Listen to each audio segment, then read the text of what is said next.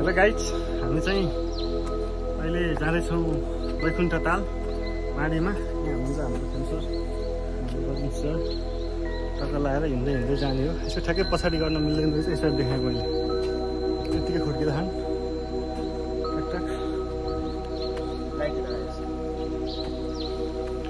Sensor के भन्नु छ तपाईँको? भन्नु यहाँ बाघ आइहाल्यो भने के छ तपाईँ? बाघ आइहाल्यो भने आँखा जुदाउनु पर्छ अरे। हामीले हिजोको एउटा मुभीबाट थाहा पाएको छौँ, आँखा जुदाउने मुभी पनि भन्नु। मुभीको नाम चाहिँ मलाई थाहा भएन, मैले हेर्नु पाइनँ होइन। आँखा जुदाउनु पर्यो बाघ आयो। त्यो चाहिँ बाघको एकदमै जोखिमयुक्त ठाउँ रहेछ यसमा चाहिँ। टन्नै छ त जानुपर्ने ठाउँ त। माइलट गर्मी नै हुन्छ क्या है त। अहिले धेरै अग्लो उकालो रहेछ यो त। माडीको ठाउँ जेदेखि नि बाघ बाघ जस्तो लाग्छ है।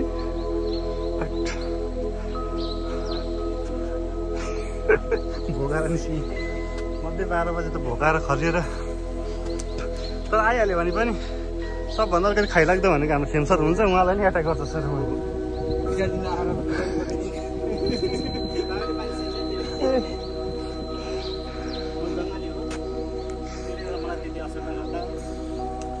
मेरो त साथी नै हो भने कान्तारा फिल्मको के अरे त्यो बर्मेई के अरे बेरमेई एकदम म चाहिँ कान्तारा फिल्मको त्यो बेरमेई जस्तै हो। एकदम बाघ साग भनेको त उहाँको लागि त केही पनि होइन।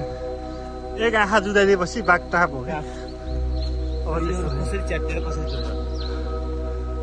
चोड्या खाइन त यताबाट खाइन्छ।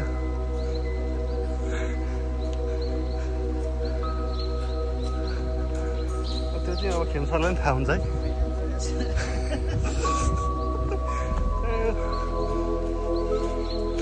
यहाँ एउटा जटिल प्रश्न चाहिँ के आयो भने त्यो रुख कसरी च्यातेर कसरी जोड्यो देखिएन त। यहाँबाट च्यातेको देखियो, जोडिएको देखिएन।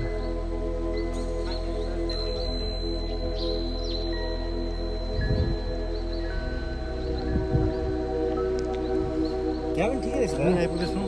हिँड्न त यहाँ पनि बाटो पनि ठुलो बन्द रहेछ।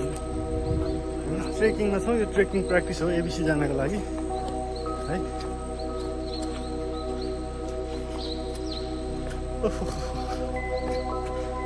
खुड्किला दियोस्, ठाउँ ठाउँमा खुड्किला बनाएर चाहिँ चिप्लिन चाहिँ नचिप्लियोस्।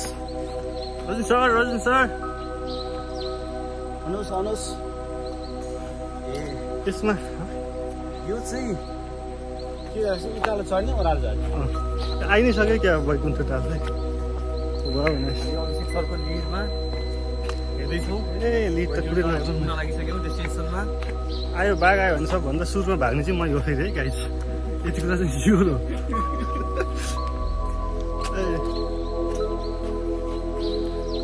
अब यहाँ के हो यो मन्दिर रहेछ? मन्दिर शिव मन्दिर भन्ने चाहिँ हो क्या।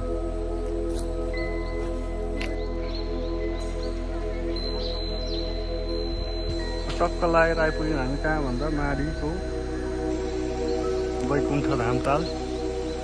ट्याक ट्याक ट्याक ट्याक ट्याक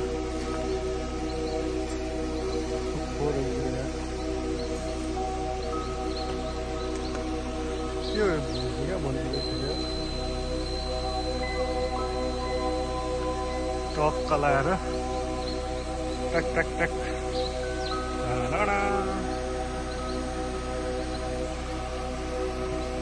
सर यो फोन पानी मुनिको नि भिडियो खिचौँ न, के हुँदो रहेछ? वाटर रेजिस्टेन्ट होइन? ट्याक ट्याक अब यहाँ आइपुग्यो टक्क लगाएर माडीमा। माडीको बैकुण्ठ ताल। टङटङ ताल त के हो, सानो छ त यार।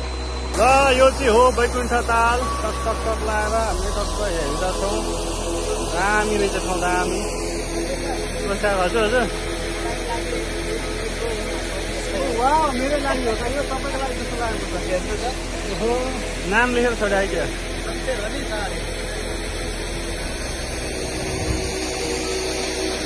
के छ यो कस्तो लाग्यो भन्नु न पर्ने सर बैकुण्ठ ताल कस्तो लाग्यो भन्नु न एकदम यति राम्रो छ रमणीय छ घुम्न अच्छा छ सबै कस्तो लाग्यो भन्नु न एकदम मनमोहक एकदमै राम्रो छ हाम्रो खेमसरको जितमा आइयो एकदम खुसी लाग्यो एकदम राम्रो लाग्यो एकदम राम्रो योभन्दा माथि चाहिँ अब कहाँ जानु हो छैन त्यहाँबाट जाने हो ओ ल तिनजना फ्रेममा आउनु त